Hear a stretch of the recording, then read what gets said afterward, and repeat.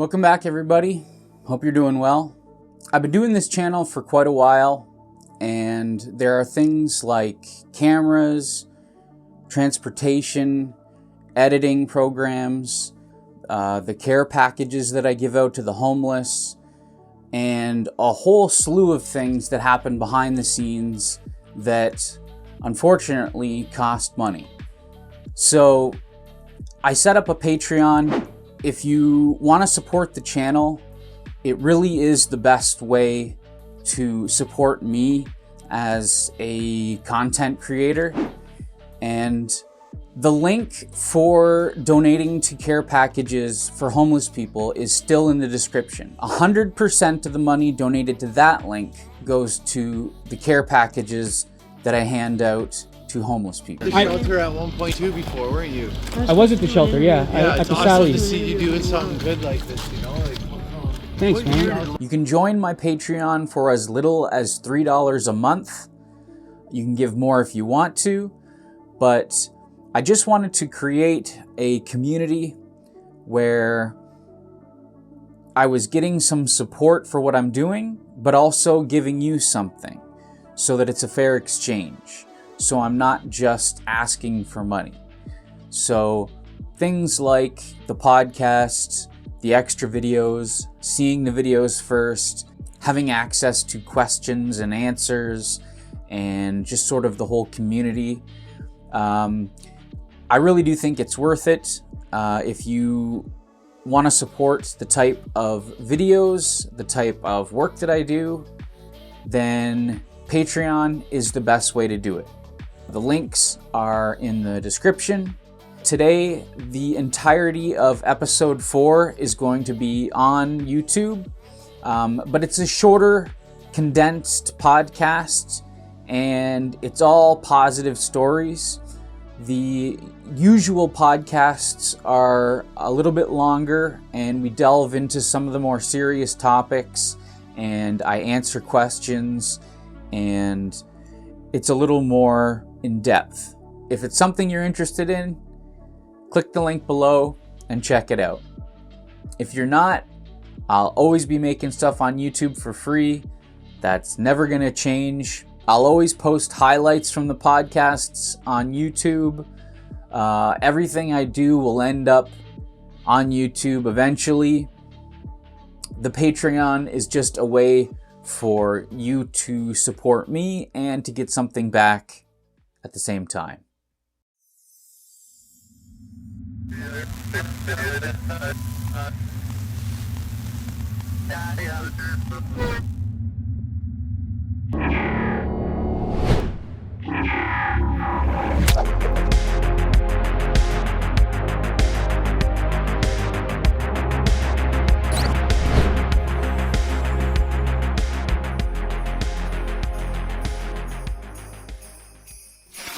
This is the Penio Radical Podcast, episode 4, the Christmas episode, going up on YouTube for everyone to listen. Usually, the podcasts I do on Patreon are about 20 minutes long, but today we're just going to do a short, positive Christmas episode. I just wanted to talk about a couple of things that were nicer than the usual subject matter that I deal with. First of all, I'd like to report that Storm, one of the homeless people who I have interviewed twice and who has become a friend of mine, one of the things that was distressing him so much was the fact that he was separated from his girlfriend. They were reunited and are together, and their spirits are much better. That's just a miracle right there, because she was brutally stabbed multiple times, critically injured. And because Storm wasn't a legal spouse, they wouldn't give him the information to go see her. You can go watch the interview with Storm if you would like to know more about that. But she did heal, she did recover, she was released, and the two of them were reunited. So that was really great to hear. When I came walking down the street and I saw them together, it was a really great feeling. One of the other things that I often think about, there was this Asian family, East Asian family. I'm not sure if they were, which country they were from, but they always used to stand in front of the Salvation Army and hand out supplies. And you could tell they'd been doing it for a long time because they knew exactly what to give. A lot of the time, people will have very good intentions, but they will come and give people like canned goods and things like that, which are, in all honesty, essentially useless to a homeless person. But this gentleman and his family with him would hand out bottles of water, a pair of socks, a granola bar, a banana, just things that most homeless people would want and can use right away. He was a deeply religious man, and he would pray with you if you wanted, and if you didn't want to, he didn't take it as any sort of a slight or offense. He just gave you the supplies that you needed and let you go on your way. And that's something that I've never forgot. I kind of wish I knew his name, because there were a lot of days when that really brightened my day, When you're on the street, your socks, they don't last very long. So sometimes just getting a fresh pair of clean socks. And the other thing too is we have so much access to clean drinking water, but when you're homeless, you're always drinking out of like the tap at Jackson Square, or the tap of the bathroom at the homeless shelter that 100 other guys have done God knows what with. And getting a clean bottle of fresh drinking water is also really great. And I just always remember this guy really fondly. He had a wife and 2 daughters, and they would stand there very obediently handing out bananas and granola bars and, saying God bless you and things like that. And I'm personally not a very religious person, but I did pray with them just for the experience of it. It's something that I've always been curious about.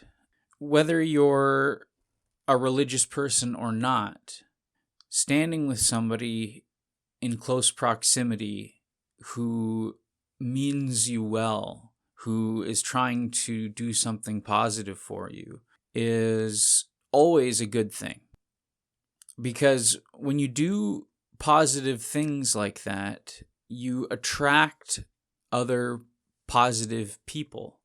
And when I say that, I'm not talking about like any sort of magic or vibrations or any woo or anything like that. It's just that when you act in a way that is positive, when you're nice to people, when you help people, other people notice that. They can see how it makes you feel. Because helping people doesn't just help the person you're helping. Helping people helps you as well.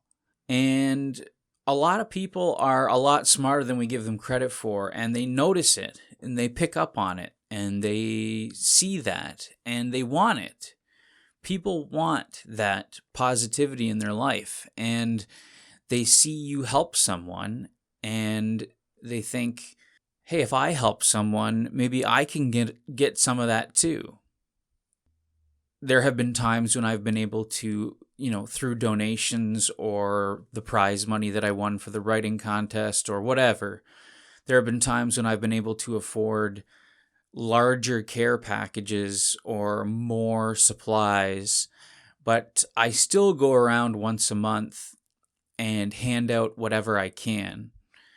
And sometimes I go around and I don't have anything because sometimes I just don't have the money or I don't have the supplies or I don't have anything physical to give.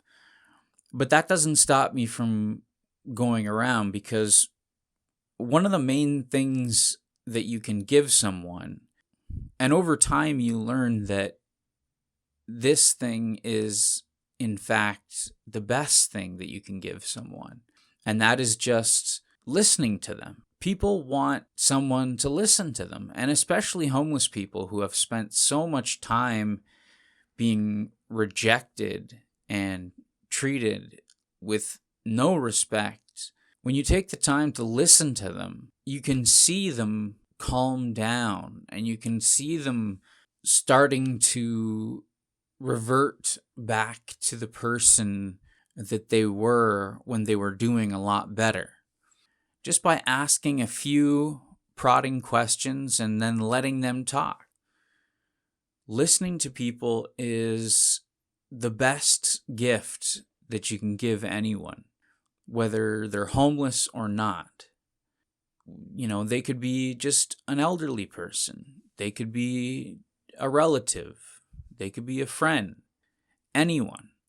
Just listen to them. Just go and take some time and really listen to what they're telling you. Most people, when they talk to other people, they're just waiting for their turn to talk. They're looking for a hole in your speech. They're waiting for that crack so they can shove a wedge in and tell you why they are in a worse circumstance, or they have a story that's better than yours, or, oh, but did you hear this? And most people are waiting for that opportunity. And when you're talking, they're not listening to you. They're assessing their best target so that they can shove their conversation in between. One of the best things you can do for another human is just listen to them. Really listen to them. Usually I end these podcasts with a short anecdote of something positive, just to end on a high note instead of something depressing or serious. So I thought I would do the same today. Just a real quick story that ties into what I was saying earlier. When I was younger, I was in a band, and we traveled around all the time. And we were quite poor. We couldn't afford anything fancy. We always had a real junker of a van. And one day we blow a tire, and we're in the middle of nowhere in New Brunswick. And this was very early on in the life of cellular phones. I had a first iteration Nokia flip phone that I kept under the driver's seat for emergencies, and I couldn't even get any service. And even if I could, I didn't know who to call. Like, who do you, when you're in a totally different place like that, a whole other part of the globe, where do you go? What do you do? So eventually we managed to flag someone down, and we said, we've popped a tire, we don't have a spare, what should we do? And this guy said, well, you could call Paul Spicer. And we said, okay. And he gave us a number and drove away. So I got out my Nokia flip phone and held it up to the sky and pulled out the antenna and walked around in a field for a bit and finally got a bar of service. And I dialed this number, and this old man answered, and he asked me where we were.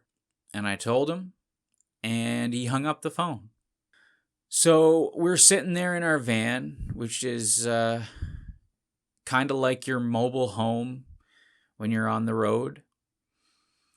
And about 45 minutes later, this pickup truck comes driving down the road, and it's Paul Spicer, this old man. And he doesn't say anything. He just gets out, goes around back, gets out a tire, and walks up to us, and he says, "Do you have a jack?" And we said, "Yep." So we jack up the van, we change the tire. We say to him, "Listen, thank you so much, but we don't really have, how can we pay you for this? Like, what can we do? Like, we don't have any money." Like, we felt like we owed him something, obviously, for the time, for the trouble, for the tire. We're like, what do we have to do? And he just said, "Just keep on traveling. Just keep on having a good time. And if you're ever back this way, call me again." And that's the kind of attitude that I try to live my life by. It probably felt great to him to be able to do that for us. It certainly felt great for us. When you help somebody, you're not just helping them. You're helping yourself. No one loses when you help someone like that. We have this sort of belief in our society that there's this huge burden on the person doing the helping. And that's why people are so ashamed when they have to ask anyone for help. But the truth of the matter is that helping feels great. Whenever I have the ability to help someone, whenever I can give out care packages, I'm not sitting there giving them out all angry and pissed off. I'm loving every minute of it. It feels great to help people. Merry Christmas. Have a Happy New Year. Thanks for listening. It really means a lot to me. And I'll see you in the next one.